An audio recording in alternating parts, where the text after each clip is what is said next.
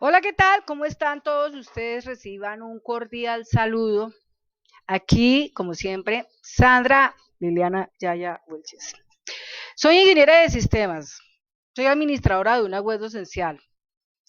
Se llama Infoyayate. Eh, el sitio donde se encuentra una cantidad de información sobre informática se llama www.infoyayate.cf. Pertenezco también a otro canal de YouTube que se llama Jurídica Sandra Yaya, donde se procesan videos relacionados con cosas que indignan a los colombianos, que repudiamos los colombianos, que estamos en oposición los colombianos, y opiniones de tipo político, más exactamente. Bueno, el tema de la política es algo, para mí, no es enfocado en mirar a ver cuánta plata me gano yo en esto.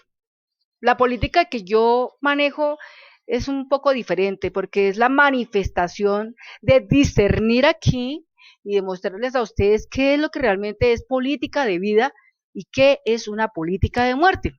Ustedes bien lo saben, en este momento se centra en Colombia uno de los partidos eh, más, ¿cómo le digo yo?, más barbáricos, digámoslo así, traumáticos, de lo cual la gente por todas partes habla mucho, pero sus comentarios nunca son positivos, sino todos son negativos. Es como la mancha que cae en un pequeño baño o un gran baño sobre nuestra amada y querida patria Colombia, nuestra nación. Entonces, el tema de hoy se va a centrar en el siguiente. Policarpa Salabarrieta, ustedes saben quién fue Policarpa Salabarrieta, una mujer que cuestionó mucho el gobierno de su época y por el cual fue fusilada en el pelotón, por sus ideas, por su pensamiento.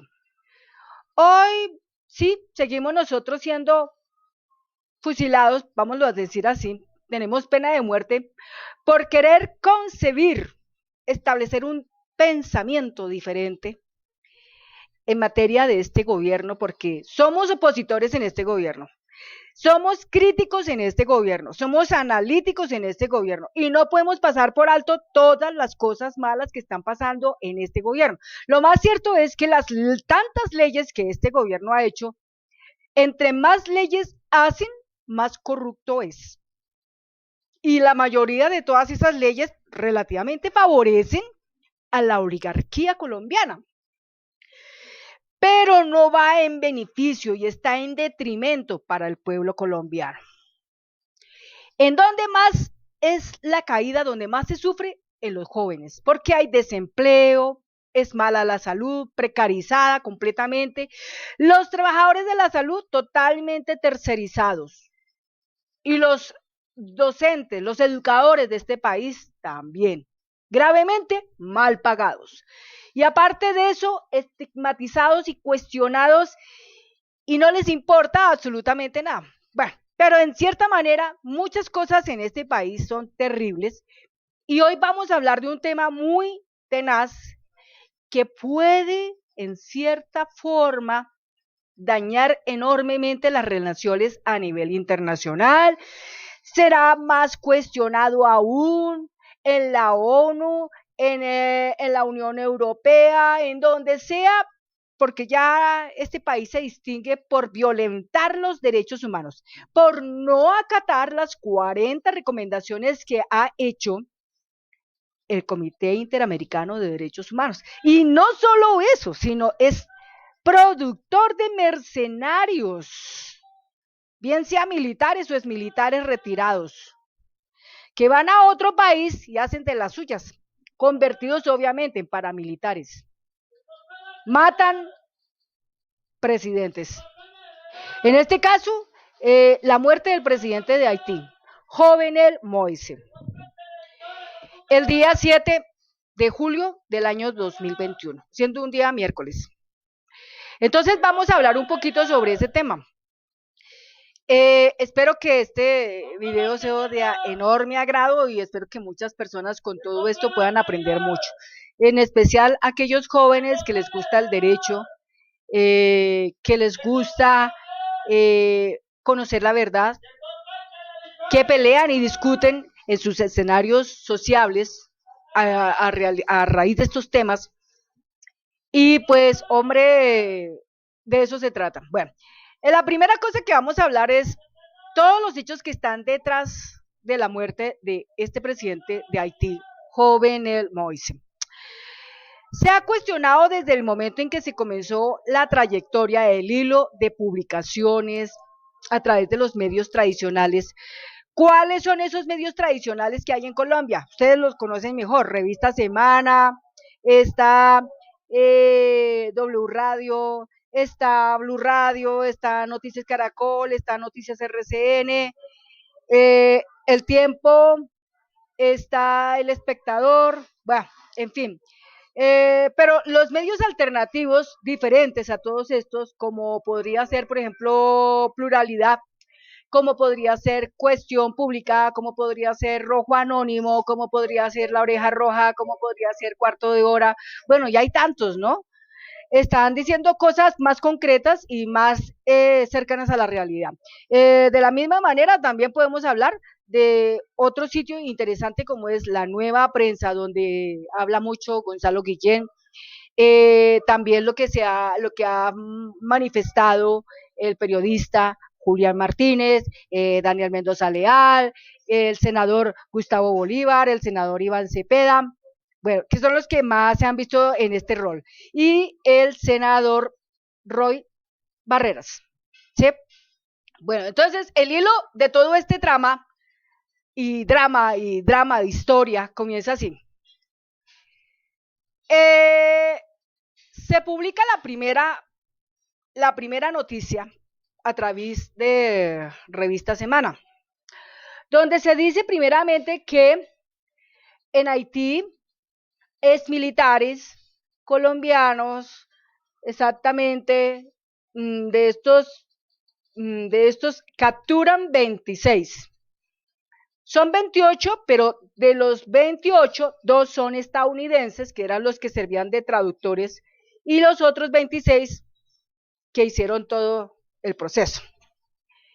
La primera noticia que se encuentra es que estos 26 exmilitares, ¿no? Como lo afirma el ministro de Defensa, exmilitares retirados, ¿no? Viajan a ese país y cometen el magnicidio. Primeramente se toma una tónica de, digamos, como de característica del uribismo, como es difamar sobre la persona que han masacrado, que era un corrupto, bueno, que paralelamente es igual a Colombia, pero como todo, nosotros tenemos que enfocarnos en llegar a la verdad, ir poco a poco desmarañando, y lo más importante es aprender a discernir. Entonces, en la medida en que transcurre el día, vamos a mirar acá un poquito las historias que yo tengo del día 9 para atrás. Ahí vamos a mirarla. Ahí la tenemos. Entonces, la primera historia, entonces, acá tenemos al senador Iván Cepeda y tenemos al ministro de Defensa Diego Molano. Entonces, el senador Iván Cepeda, obviamente, afirma que es necesario hacer un debate de control al ministro de Defensa para que dé una explicación de por qué de todos esos exmilitares hay 6 militares activos que participaron en ese magnicidio. ¿Sí? También se habla de que, increíble, que ya no solamente se exporta cocaína, sino que también estamos exportando mercenarios, ¿sí? Pero los mercenarios que están llegando allá son netamente del uribismo. Empieza la noticia a dar más hondamente en todo el proceso y se descubre que está presente un señor de apellido Grosso Guarín, resulta ser como el primo lejano del secretario de Seguridad Democrática del país Colombia, del gobierno de Iván Duque.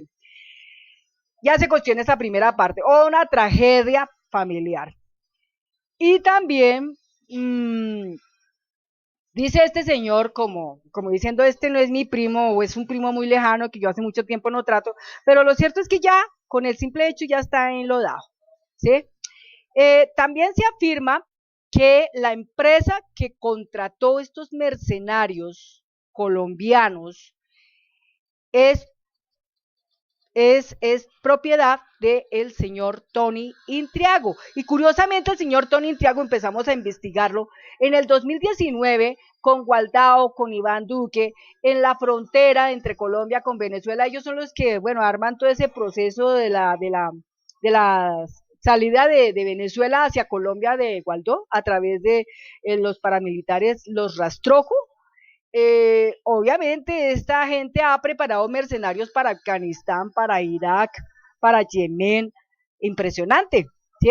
Pero lo curioso es que empiezan, por ejemplo, a decir que estos pobres personajes que quedaron capturados en Haití resultan ser personas buenas, que pobrecitos, que fueron engañados, que eran contratistas y que yo no tenía ni idea de lo que iba a pasar. Hombre, eso es una mentira tan, mejor dicho, se cae el telón porque sencillamente hacia el día 11 de julio ya da sus primeras declaraciones la esposa del presidente Jovenel Moise, Martir Moise, y dice pues que gracias a Dios ya atraparon a los asesinos de mi esposo, los mercenarios, o sea, los colombianos.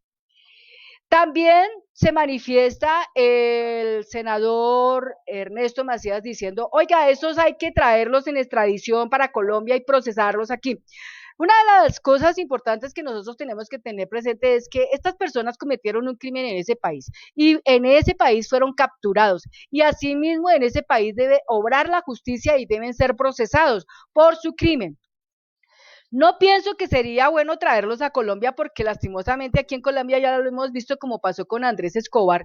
Aquí los van a entrevistar Revista Semana, los va a entrevistar Blue Radio, los va a entrevistar W Radio, Noticias Caracol, etcétera. Le van a dar una cantidad de, de, de, de tapete rojo a esta gente, ¿no es cierto? Buscando lavar la imagen de ellos cuando no es así. Entonces, la cuestión es que ellos deben ser procesados en Haití por su crimen. La condena que le impongan, eso lo dará ese país.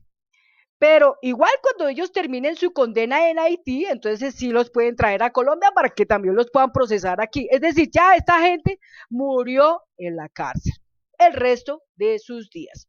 No hay nada que pueda uno decir, ay, que vamos a echar para atrás. No, porque tristemente ya el año entrante llega un nuevo gobierno y esperemos que sea un gobierno fuerte, con cambio. Esperamos que sea Petro el que lidere la silla presidencial, o sea, que lidere este país a nivel presidencial y con su buen equipo pueda limpiar impresionantemente toda esta corrupción que existe en este país.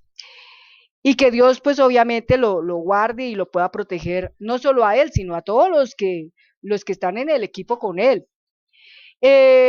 Bueno, otra cosa que también se habla es lo que afirma la esposa del presidente Jovenel Moise, porque ella dice, mataron el sueño de este presidente, que era poder darle carreteras a su pueblo, darle energía a su pueblo, darle agua a su pueblo, darle educación y salud a su pueblo.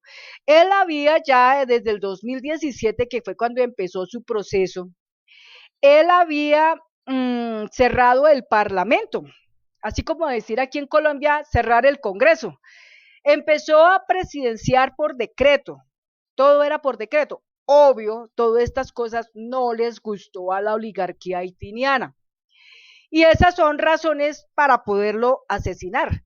Pero lo más curioso es que lo que dicen las personas que hablan de la noticia es que a él primero lo torturaron, le quebraron una pierna, le quebraron un brazo, le sacaron el ojo izquierdo y buscaban obligarlo a firmar su carta de renuncia a la presidencia de Haití. Pero como él se negó, entonces decidieron dispararle, ponerle un balazo en la frente y más balazos en el cuerpo, en total 12, hasta ultimarlo completamente, muerto 100%. Esta clase de prácticas de tortura solamente las realizan los paramilitares. o personas que han sido instruccionadas o adoctrinadas en el gobierno colombiano bajo esas cosas como la escuela de guerra. Entonces, pues terrible. Se roban el disco duro de las cámaras de seguridad de la casa donde vivía el presidente de Haití, pero bueno, finalmente los logran atrapar. Y bueno, porque atraparon a los 26 exmilitares o militares y todo el armamento que cargaban para esa misión, que era bastante. Al presidente de Haití lo ultimaron con dos tipos de arma, una 5.56 y otra una calibre 72. Bueno, se habían tomado fotografías unos días antes, ¿no? Como echando cuestionamientos, vamos a inspeccionar cómo está la seguridad aquí, en fin, ¿no? O sea, estudiando a la persona. Según ellos dicen que su misión era secuestrarlo, pero no, finalmente lo asesinaron. Obvio, alguna cosa tuvieron que haber hecho grave para haberlo asesinado, porque, bueno, que lo secuestren, pero no, lo asesinaron. Cuando a una persona la asesinan es porque ya sabe como mucho y peligran las personas en cuanto a dar a conocer hechos que implican muchas cosas tenaces en los países que están entrometidos con esto. Se dice también que Haití era una ruta de narcotráfico y el presidente Jovenel Moise estaba impidiendo que esa ruta de narcotráfico siguiera. A mí me parece bien que un presidente como este hubiera intentado aplacar esa corrupción, pero le costó su vida. Tenían pasaportes y lo más curioso entre los pasaportes es que uno de ellos había sido procesado en la JEP de Colombia por falsos positivos y que prácticamente no tenía que viajar a otro país. O sea, la Cancillería el 6 de junio le concede el pasaporte y es eso, digamos, para esa persona que tiene ese problema es un delito, porque si está procesado por la ley no tiene por qué salir. La migración obviamente le da paso. Entonces ahí nos damos cuenta que, mejor dicho, acá las leyes, las leyes son como una veleta, ¿no? Aquí va para lado y lado, pero nada de nada. Entonces es muy grave todo eso. Eh, Otra cosa también curiosa que se dice es que piden que a estos militares no les vayan a dañar sus derechos humanos. Hombre, en Colombia dañan los derechos humanos terriblemente y están pidiendo que en ese país no les dañen los derechos humanos. Eso se llama doble moral. Entonces, muy grave todas esas cosas. Bueno, otro punto también que se habla es que entre los personajes que hacen parte de ese grupo de militares activos hay dos de Boyacá, de la brigada, una brigada que haya ya, no, ahorita no recuerdo muy bien, pero de tanto que he leído, hay muchas cosas que se han leído, entonces es tremendo. Entonces, lo cierto es que no se le haga raro al ministro de Defensa, Diego Molano, que lo estén llamando a debate de control, como igualmente al comandante de las Fuerzas Armadas de Colombia, el señor Zapatero, y al señor Vargas, porque es importante que ellos den una explicación de por qué esos militares activos estaban viajando a ese país y en esa misión. Obvio que hay una cosa muy curiosa aquí y es como lo que pasa en Misión Imposible. La misión imposible, ustedes han escuchado que la persona escucha su misión imposible, ¿no? Usted tiene que hacer tal cosa. En caso de que usted no pueda cumplir con su misión y lo logren atrapar o lo logren matar, el país que lo está contratando usted no va a responder por esas cosas. Eso les pasó a estos militares que viajaron a Haití e hicieron todo esto, cometieron ese magnicidio. Entonces, pues ya quedaron allá en ese país y ya muy difícilmente se podrán de eso salvar. Hay que recordar que cuando hablan de la tal extradición, si ustedes lo recuerdan, en el 2019, cuando lo de Aida Merlano, ella detuvieron en Venezuela y fue muy enfático el presidente Nicolás Maduro cuando dijo, ella tiene que ser primero procesada en Venezuela porque fue atrapada con el delito en Venezuela. Cuando ella termine su paga, su condena, o sea, de pagar su condena, se remite nuevamente a Colombia, o sea, se deporta a Colombia. Eso mismo tiene que pasar con las personas que están en Haití. Ellos tienen que primero cumplir su condena en ese país y después sí se remiten a Colombia. Lo mismo pasa con los paramilitares que han procesado, que han extraditado a Estados Unidos por cuestiones de tantas cosas, de la droga y en fin. Ellos han cumplido sus condenas allá, pero igual los regresan a Colombia y acá también los van a procesar porque cualquier cantidad de crímenes tienen tenazmente. Bueno, también se dice, aquí voy a cerrar un momento para mostrarles a ustedes más cosas interesantes. Por acá, por acá, por acá. De lo que va del término del 10 de julio, ¿sí? Del 10 de julio. Vamos a mirar acá del 10 de julio. Es que hay bastante, porque es mucho. Este señor que está acá, este es Grosso Guarín, ¿no? Aquí se ve ya un poquito como maluco, ¿no? Tenaz. Eh, entonces, lo otro es que uno de ellos, de apellido Capador, que dicen que fue el reclutador de esta gente, que la reclutaban en Miami, les pagaban $2.700 por esa misión. Ellos decían que había que cuidar a una persona de la oligarquía haitiana. Bueno, ese era el cuento, ¿no? Pero si ellos sabían a quién tenían que matar, tenaz. Y si no lo sabían, según ellos que decían que fueron engañados, también es tenaz, ¿sí? Cualquiera de las cosas es tremenda, ¿sí? Porque igualmente, pues la gente tiene que también tener como un poquito de, ¿qué le digo yo? Como malicia indígena, ¿no? Porque hoy en día ustedes saben que hay muchas cosas en la internet, que una oferta, que el trabajo, y hay muchas cosas de esas que no son ni siquiera la realidad. Muchas de todas esas son falsas o simplemente son extorsionistas o simplemente son personas que, digamos, embalan a la gente y lamentablemente también puede haber la trata de blancas. Entonces, uno muchas veces no se guía mucho de eso porque es tremendo, ¿sí? Aquí vamos a poner noticias del día 10. Vamos aquí a meter el día 10 eh, de las historias que hay. Entonces acá, como les digo contando a ustedes, entonces todas estas personas son contratadas en un almacén por allá abandonado en una bodega de Miami. Y como les decía, hay personas como Tony Intriago que los contrata. Curiosamente sale una fotografía del presidente Iván Duque y otra del expresidente y ex senador, el señor Álvaro Uribe, en donde está con el señor Tony Intriago. Ellos afirman, no, no, no, eso no es con nosotros, pero, ay, Dios mío, las fotos no, ¿será que las fotos serán montajes? Vaya a saber, ¿sí? Pero tenaz, todo eso que está pasando. Entonces, corren historias interesantes a través de la nueva prensa donde pueden ustedes entrar y leer el caso de por qué matan al presidente Jovenel Moise. Y horas antes, ¿cómo fue el proceso de todo esto? Porque eso empieza como sobre la 1:30 de la mañana y termina como sobre las 2:30 de la mañana. O sea, durante una hora duró eso y ellos abordaron la casa del presidente en chaques de que eran agentes de la DEA. O sea, miren esto como es de curioso, ¿no?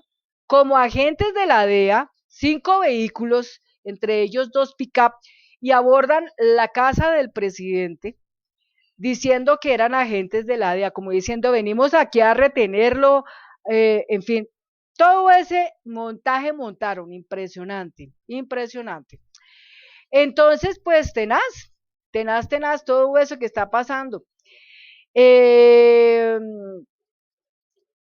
lo cierto es que todas estas cosas que se ven nos deja a nosotros algo importante en el pensamiento. Y es que si aquí en Colombia, y más exactamente en Bogotá, se ven en las calles esos vándalos rompiendo a lo loco almacenes, Transmilenio, sacando los ladrillos de los adoquinados de los parques, de los espacios cercanos a las estaciones de Transmilenio, uno puede pensar que es gente ya preparada. Podemos, entre comillas, decir, son mercenarios, son gente preparada para hacer estas cosas, para que simplemente lleven ese show y ese sabotaje grande para poder con eso tener evidencia, ¿no? Evidencia para ellos y poder estigmatizar la protesta y achacarle los males a los protestantes y manifestantes, poderlos matar, declarar pena de muerte para los jóvenes. Entonces nosotros ya tenemos aquí presente quiénes pueden ser los vándalos. Los vándalos no son los jovencitos esos de la primera línea, de los diferentes departamentos que tiene Colombia, ¿no? Esa gente no es, esa gente va con función a otras cosas. Aquí vemos es que hay un poconón de personas que contrata el uribismo con el propósito de generar un caos. Y es muy curioso porque el ministro Diego Molano se acerca diciendo que el día 20 de julio va a haber cosas terribles.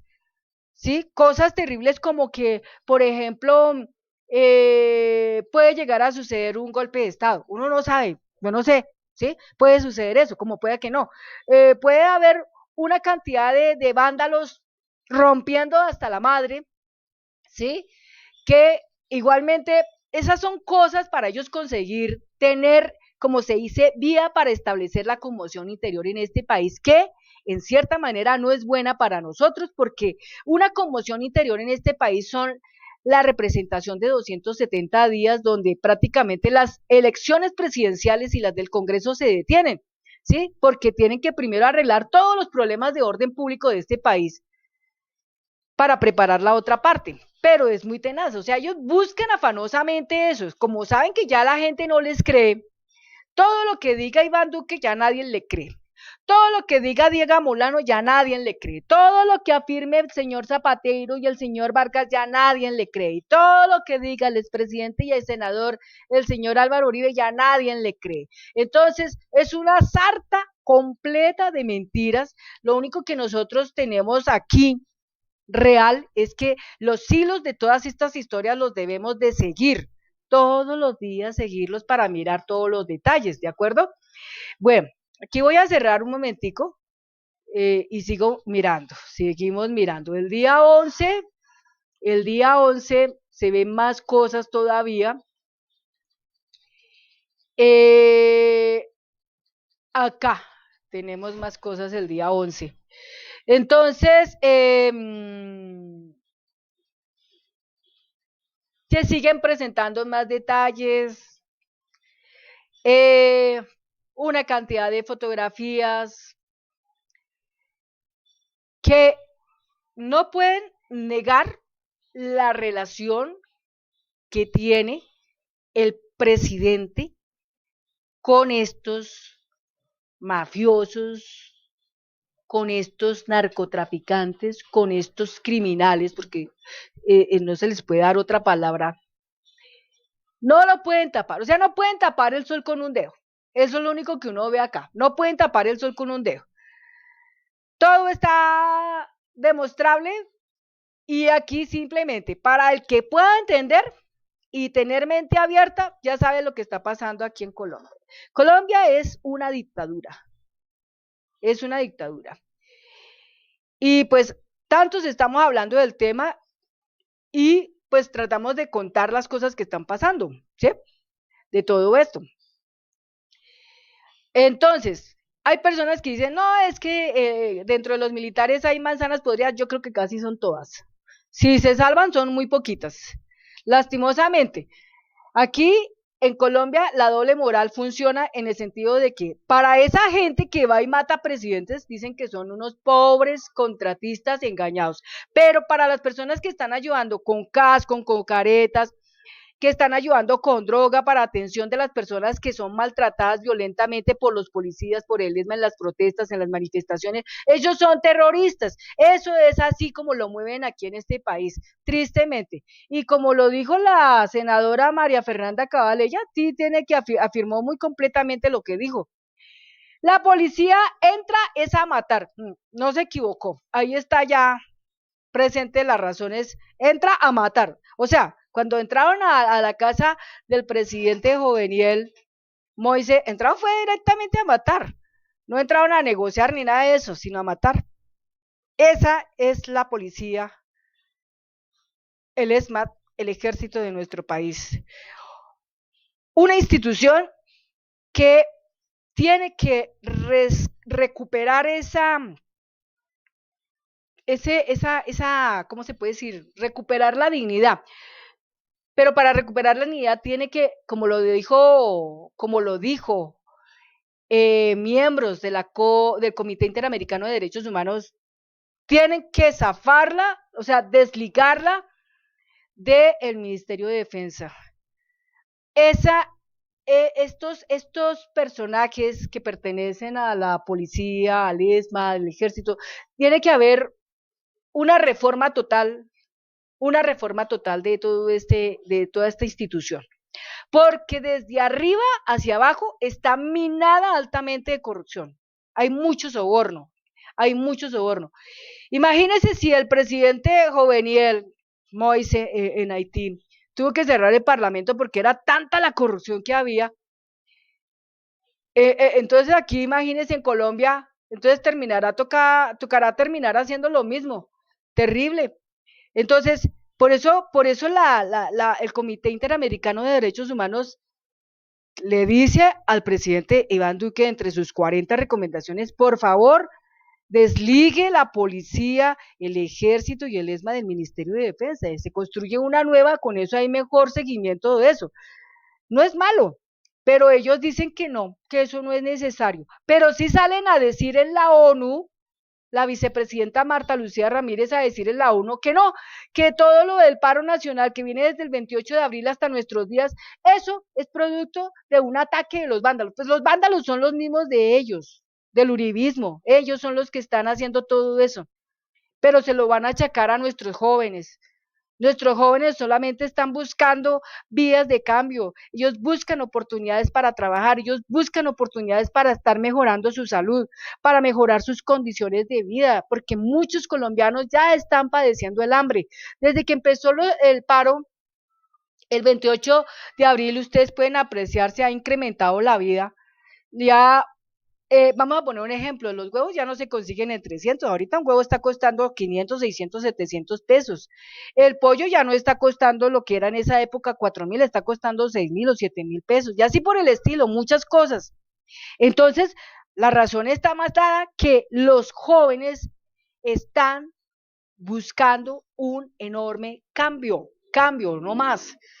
Pero si ese cambio no se da, vamos a seguir igual y peor. Por eso en la lucha está el senador Iván Cepeda, en la lucha está el senador Roy Barreras, en la lucha está el senador Gustavo Bolívar, el senador Gustavo Petro, hay otros más importantes del maíz como Feliciano Valencia, concejales, ¿sí? Están también representantes a la Cámara como Fabián Díaz, como Inti Asprilla, David Racero, María José Pizarro, la senadora Aida Bella, en fin, hay muchos, ¿sí? Pero todos estamos buscando, entre todos, buscando mirar cómo despertamos las conciencias de los seres humanos que viven en Colombia, que se den cuenta que este país puede lograr ese cambio, pero es importante que todos estemos unidos, porque un país tan grande como este y completamente dividido por causa de todo lo que hace como desprestigio en esa campaña tenaz y severa por parte del uribismo, pues ahí sí vamos a estar muy graves si no nos unimos, nos jodimos, así de sencillo. Bueno, vamos a seguir mirando más detalles aquí, miremos aquí más noticias de el día 12. Ay, miren, acá está una fotografía del día 12 de Iván Duque, con personas de esa oficina en Miami que contratan mercenarios. ¿Listo? Entonces, todo eso está pasando. ¿Listo? Todo eso está pasando. Mire, acá estamos, ahí se la voy a poner. Todas estas fotografías, obviamente, las coloca la nueva prensa, ahí lo podemos ver, ahí está Waldo, aquí está el presidente Iván Duque, ¿sí? Este es Tony Intriago, todos ellos están en ese detalle, ¿no? De las oficinas de contratación de esos mercenarios en Miami. Entonces, todas estas cosas son cuestionables, o sea, todo esto se cuestiona. La gente no se puede quedar en un punto en que diga, no, es que esto es, yo no soy ni de izquierda, ni soy de derecha, ni soy de Uribe, ni soy de Petro. Ah, no, eso no es así. Aquí en este país, la verdad, se necesita este talento humano. Se necesita una persona con la suficiente capacidad para poder liderar este país que está bastante destrozado. Y para eso la política no nos va a ayudar. Aquí se necesita gente que piense cómo vamos a arreglar este país. Como por ejemplo lo último que sacó el senador Gustavo Petro, que él decía, si yo quedo en el gobierno de Colombia, lo primero que se va a hacer es cobrarle impuestos a 4.000 multimillonarios que tiene Colombia. ¿Sí? A los pobres, ¿para qué tocarlos? Y el pobre ya no tiene con qué, no tiene ni siquiera ni con qué comer, no tiene salud. Diariamente se están muriendo más de 600 personas. ¿Por qué se mueren 600 personas a diario? Eso no es, hay gente que le achaca a las protestas. Que no, que es que el virus no sé qué, no, no es tanto eso. Faltaron más UCIs para tratamiento de las enfermedades de las personas y no hay la plata para eso, pero sí hay 14.770 millones de pesos para invertirlos en armamento para la policía, para el ESMA, o sea, para poder seguir quebrando más jóvenes, para poder desaparecer, para poder descuartizar, para poder desmembranar, para poder desaparecer, para poder retener ilegalmente, para poder torturar, violar y matar, etcétera, etcétera. Entonces, no dan respuesta de todos esos muchachos que desde el 28 para acá, desde el 28 de abril para acá, han quedado, o sea, están desaparecidos, no dan respuestas, pero por allá empiezan a surgir los cuerpos flotando en los ríos de Colombia, ¿sí? Terrible. Todo esto es muy terrible. El joven que asesinaron con 17 años ni siquiera llegó a su mayoría de edad. Terrible. Todas estas cosas deben ser frenadas. Para esto se necesita un buen congreso, o sea, personas habilitadas, con empatía, con amor al pueblo, para poder laborar en el Congreso, con el afán de sacar adelante un país, porque aquí se están haciendo muchas cosas mal. Por ejemplo, las personas que son corruptas y son castigadas, les dan generosas cárceles donde van a estar como reyes y simplemente vamos a encontrar que la ley es para el de Ruana, pero para ellos no, siguen en la misma tónica. No, eso todo tiene que cambiar. Todo eso debe cambiar. No puede seguir esto así. Bueno, eh, los invito a que ustedes puedan tomar lectura de la nueva prensa. Aquí tenemos la nueva prensa. Vamos a mirar acá. Esta es la nueva prensa. Hay cosas muy interesantes aquí a nivel de los documentales, aquí de las investigaciones que hay.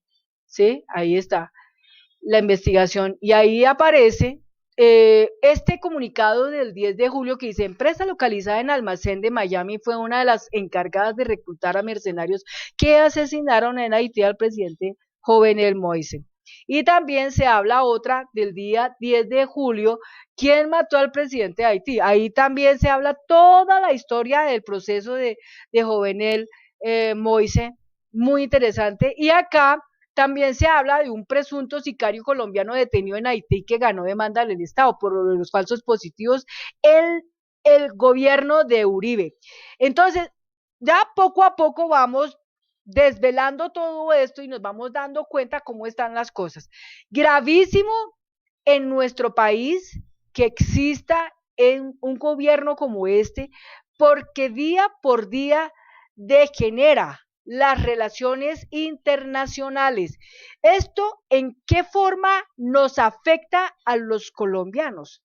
Pues sencillo, que usted cuando viaje a otro país, tristemente lo van a tildar de terrorista, de narcotraficante, de delincuente, de vándalo, de bandido, bueno, de todo lo peor, pero de buenas, nada. En otros países, solamente por trillar y por afectar, lo hacen. Y eso es dolor. Entonces, una persona que quiere salir de Colombia para otro país va a sentir miedo, porque va a decir, uy, si yo salgo de Colombia, ¿cómo será yo llegar a otro país y la manera como me vayan a tratar? ¿Ve? Entonces, ahí en ese momento uno no se puede quejar. ¿Por qué?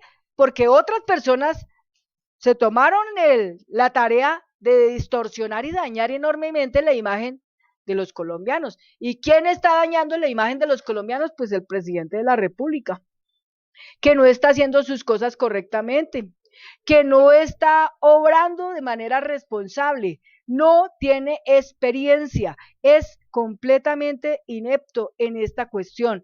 Todo el gabinete gubernamental está recontaminado de tragedias personales, como Jennifer Arias, la que va a ser, o la que va a ser la presidenta de la Cámara de Representantes, que entre su familia hay homicidas y también hay presos por narcotráfico. Entonces, todo esto afecta mucho a un país.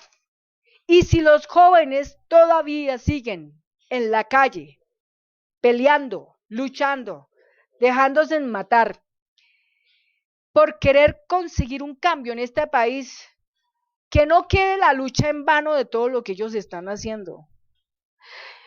Que no los estigmaticemos tanto a ellos diciendo babosadas y estupideces, porque hay mucha gente con malparidez tenaz que andan todo el tiempo viviendo en una soberana burbuja y no aterrizan. Entonces es importante que todos estemos como unidos en esta causa, porque muchas veces la gente dice, ay, política, no, eso es robo, son personas que van a robar y esto, pero no, nada que ver con eso. Nada que ver con eso. La política es buscar definir políticas de vida para este país, definir soluciones para este país, para tanta gente que necesita trabajar, para tanta gente que necesita estudiar. Pero si nosotros no nos unimos y seguimos ahí en esa bendita burbuja, ¿cuándo vamos a poder progresar?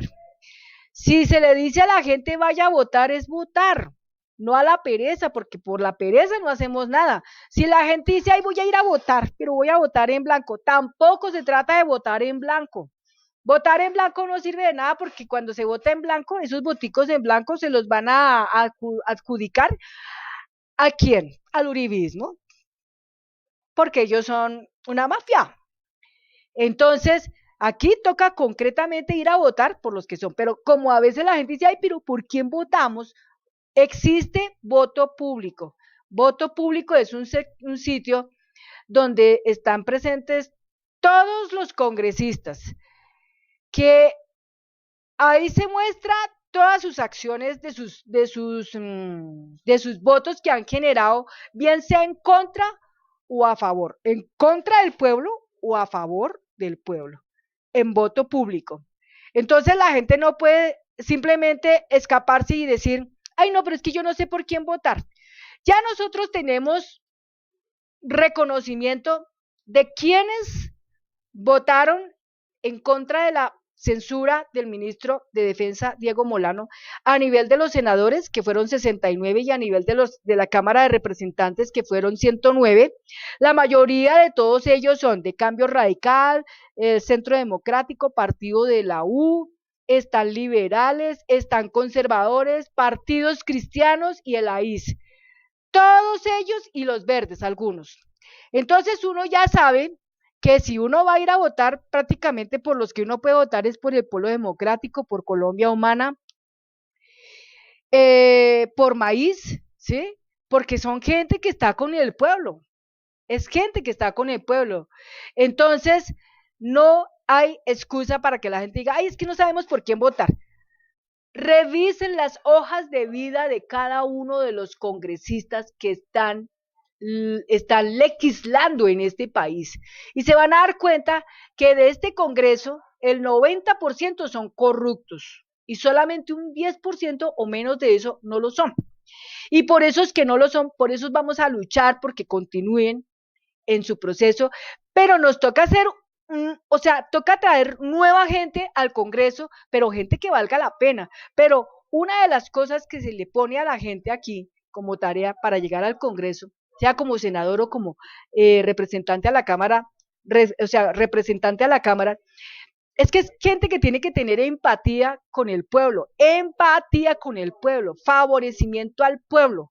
Es gente que tiene que aprender a manejar la lectura de las leyes. Si una persona entra y marca un proyecto, estos proyectos ellos quieren estarlos resolviendo en una tarde, resolverlos en 2 horas, resolverlos en 5 horas. Eso no es así, las cosas hay que estudiarlas y más sobre todo cuando les entregan proyectos de más de 100 hojas o superior a eso, una persona no va a leerse eso en un santiamén y analizarlo. Otro punto, aquí tiene que salir afuera todas esas cosas de los lobbies, porque esos lobbies que son de los empresarios son los que están matando la democracia de este país y por eso no surge este país, porque si hay lobbies, nada que hacer.